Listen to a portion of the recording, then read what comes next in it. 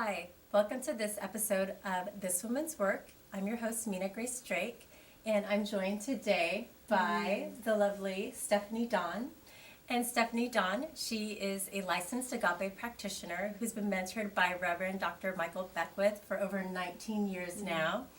And she is the mother of two beautiful boys, and she's the founder of Sacred Birth Work and the Sacred Birth Mentor Program.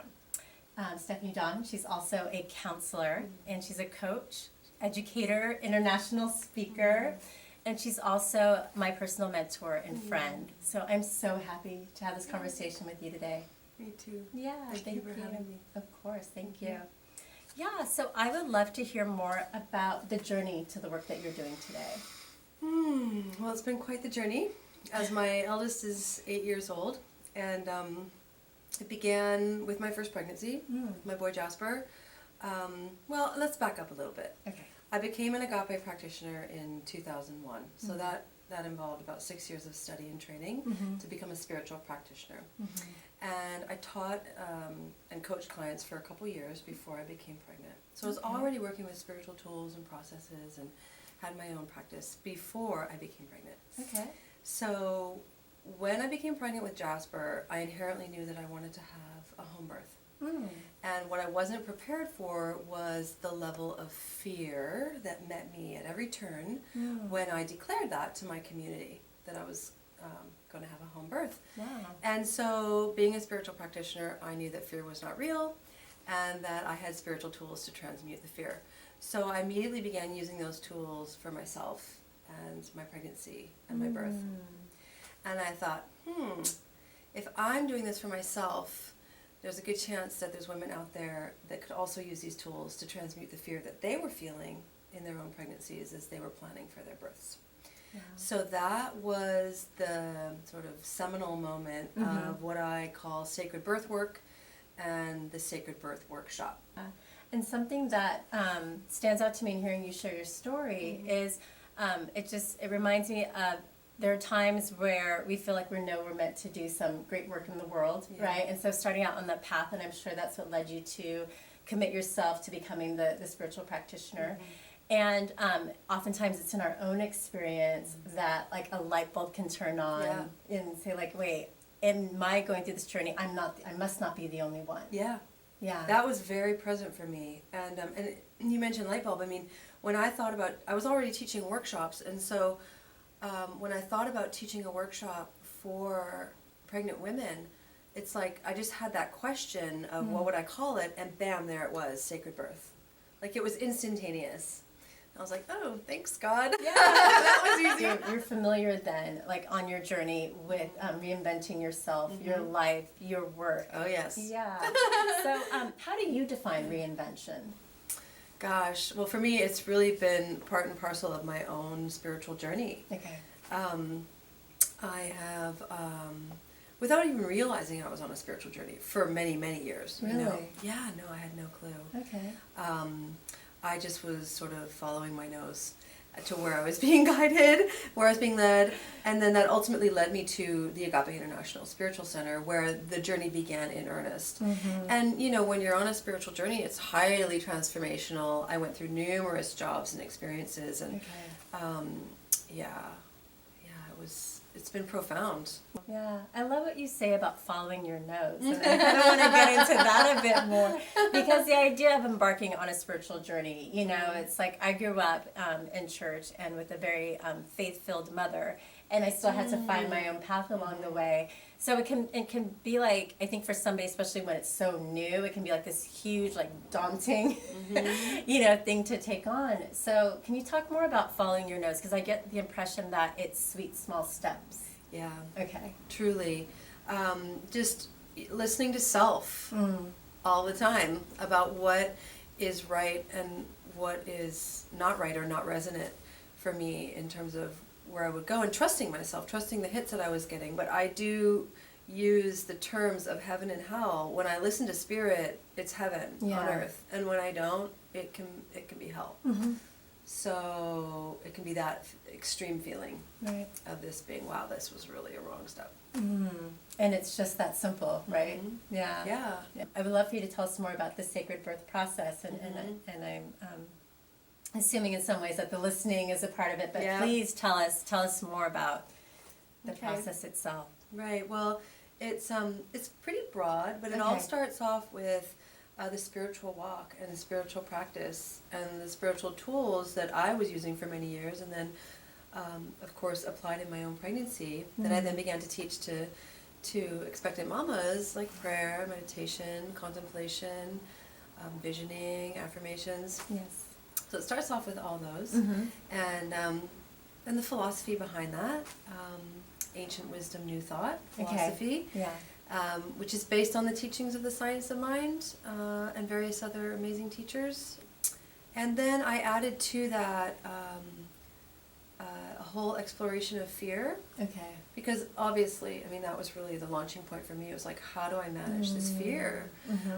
And what I determined is that there's cultural fear coming at us around birth, but there's also inherent fear, unconscious fear, based on perhaps how we were born, our birth story, fear about becoming parents that no one's addressing.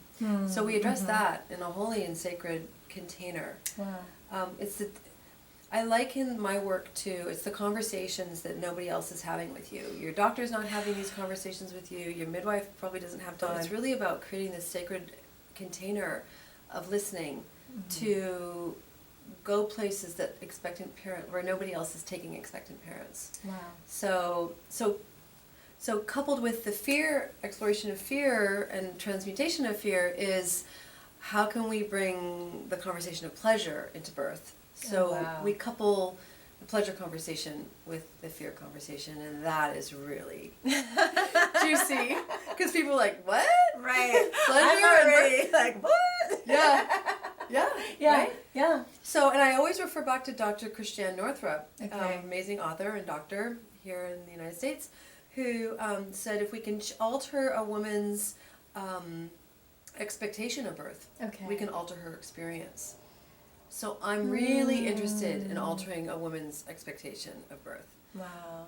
more towards the pleasure paradigm than the pain and fear paradigm, because we've done that. Yeah. And it doesn't have to be that way. Yeah. Is birth intense? Absolutely. Birth Yeah. is incredibly intense. Right. And what I found is when we fight that intensity, that's when we experience more pain. So we get into that a lot. Okay. And then I look at how to create your sacred birth team. Okay. Excellent self-care is a huge part of the sacred birth work. Yeah. And helping expectant parents to get into, well, I liken it to self-love.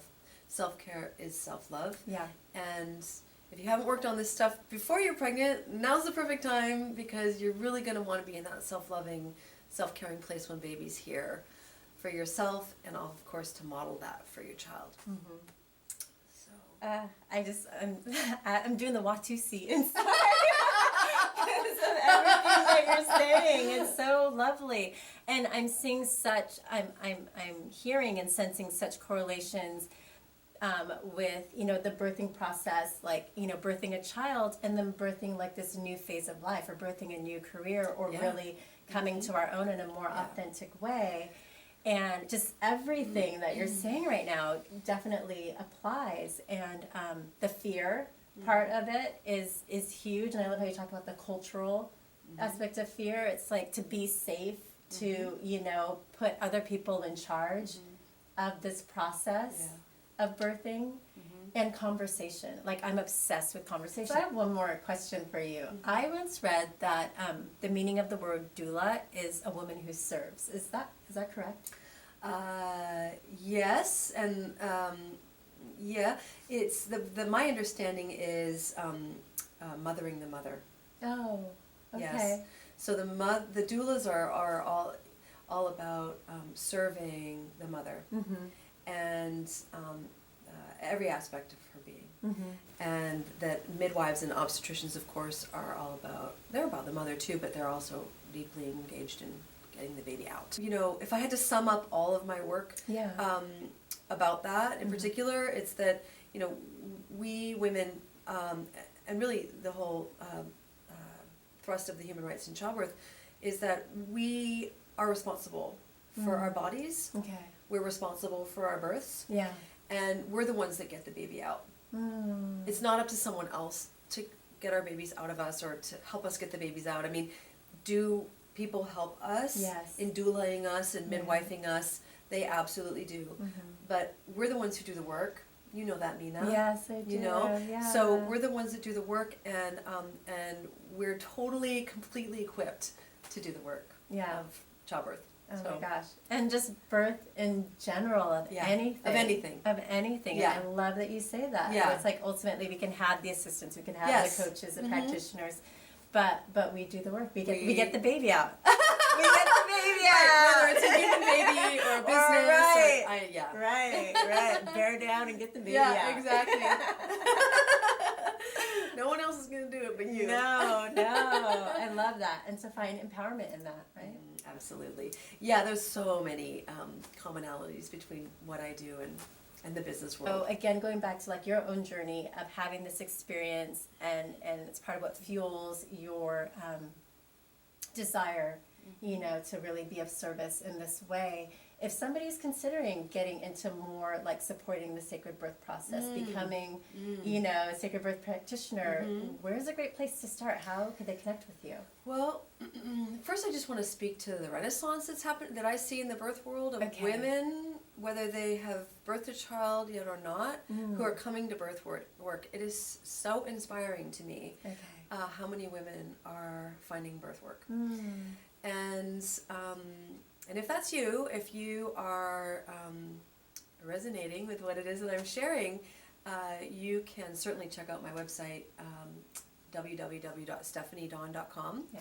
And then I'm all over Facebook. She is. Facebook.com/Sacred Birth Work and Facebook.com/Sacred Birth Mentor Program. And you'll find a lot more information, stories, resources there. Awesome, yeah. Well, congratulations on all the wonderful work that you're doing Thank and you getting so out much. there in such a big, profound way. And it's just clear that this is your heart and you're leading with your heart. So, Yes. yeah, Thank you. yeah. So thank you so much for our time together. Thanks for joining us for another yummy, delicious, wonderful, hopefully inspiring conversation. And we will see you next time.